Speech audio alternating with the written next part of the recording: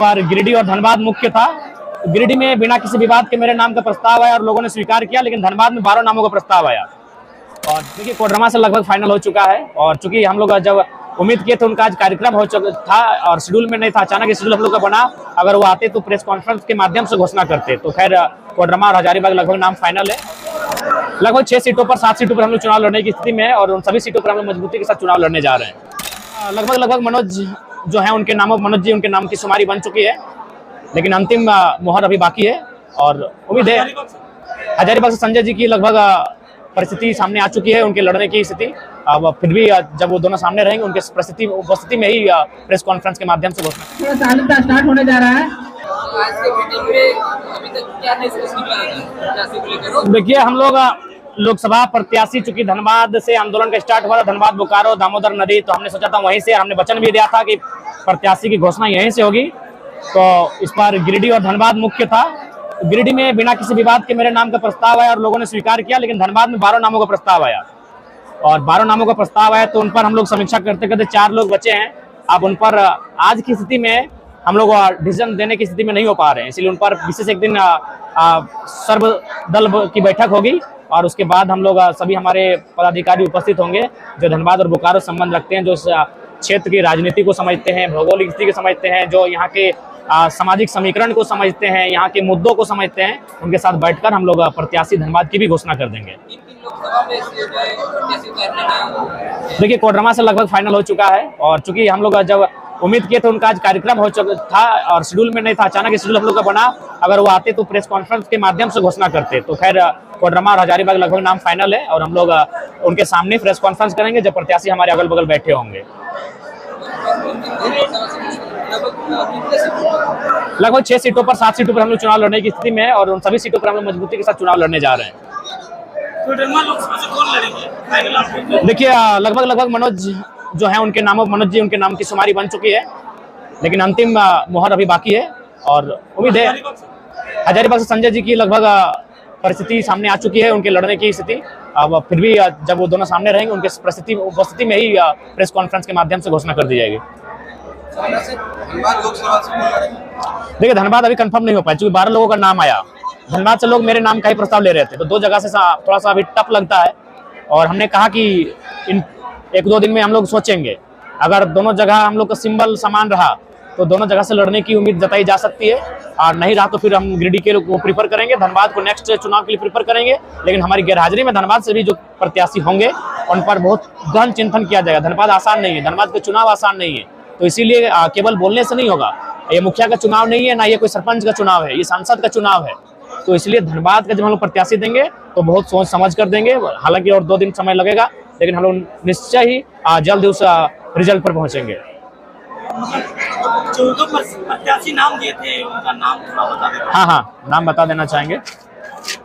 नाम है राज पटेल, अर्जुन रजवार, जगन्नाथ रजवार, रिजवान क्रांतिकारी, टेकलाल महतो, उषा महतो, लखी केटियार, फरजान खान, मोतीलाल महतो, करण महतो, संजू महतो, परेश महतो, ये नाम आया था। और जिनमें हमारे बहुत राज पटेल जी ने कहा कि हम चुनाव लड़ने की इच्छा नहीं रखते हैं, अर्जुन रजवार ने भी कहा कि हम लोग चुनाव लड़ने की इच्छा नहीं रखते हैं, जगन्नाथ रजवार जी ने भी कहा कि वो लोकसभा चुनाव लड़ने की इच्छा नहीं रखते हैं, और हमारे बड़े भाई रिजवान जी से बात हुई, उन्होंने कहा कि हम लोकसभा में आपके साथ रहेंगे, गिरिडीह में रहेंगे। तो फिलहाल वो लोकसभा नहीं लड़ना चाहते, वो विधानसभा के लिए अपने आप को तैयार कर रहे हैं।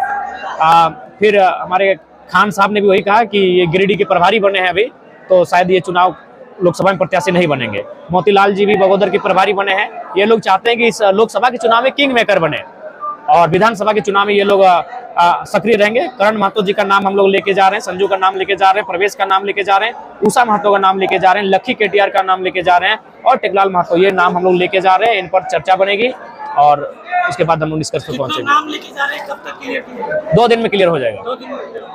चुनाव से पहले रजिस्ट्रेशन मिलेगा पार्टी का? उम्मीद है कि चुनाव से पहले रजिस्ट्रेशन हम लोग का पार्टी का हो जाएगा और रजिस्ट्रेशन नंबर भी हम लोग को मिल जाएगा।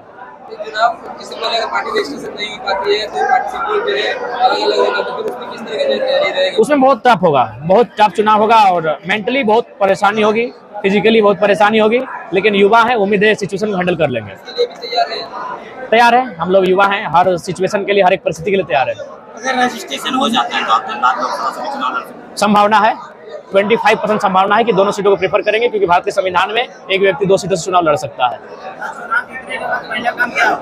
चुनाव जीतने के बाद पहला काम हमारा ये होगा कि यहाँ का जो जमीन जो लोग, देखिए सबसे पहला काम है कि इंसान की सबसे बड़ी संपत्ति क्या है।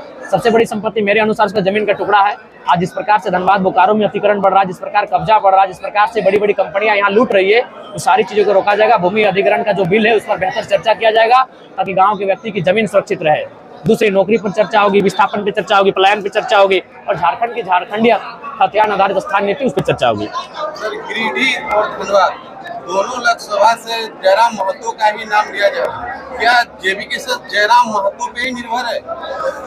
देखिए निर्भर नहीं है, लेकिन चूंकि मान के चलिए 7 महीने की पार्टी है, जब ऐसा भी आप कभी बोल सकते हैं कि 81 जितने भी लोकसभा क्षेत्र है सबसे मतलब आप उम्मीदवार के रूप में पेश हो जाएगा। माने ये आप कह सकते हैं, जिस प्रकार देश के प्रधानमंत्री, राज्य के मुख्यमंत्री, उनके फेस पर चुनाव लड़ा जाता है, तो कह सकते हैं केंद्र अध्यक्ष के नाम पर ही लोकसभा का चुनाव लड़ा जाएगा, और वहाँ प्रत्याशी अन्य होंगे, लेकिन विचारधारा केंद्र अध्यक्ष की ही होगी। और अभी तक रजिस्ट्रेशन नहीं हुआ है, फिर आपने दावेदारी पेश करे कि 6 जगह से लड़ाई लड़िएगा, हर एक जगह अलग अलग सिंबल। अब बिल्कुल उसके लिए तैयार है, मेंटली प्रिपेयर होना होगा, उसके लिए हम लोग तैयार हैं।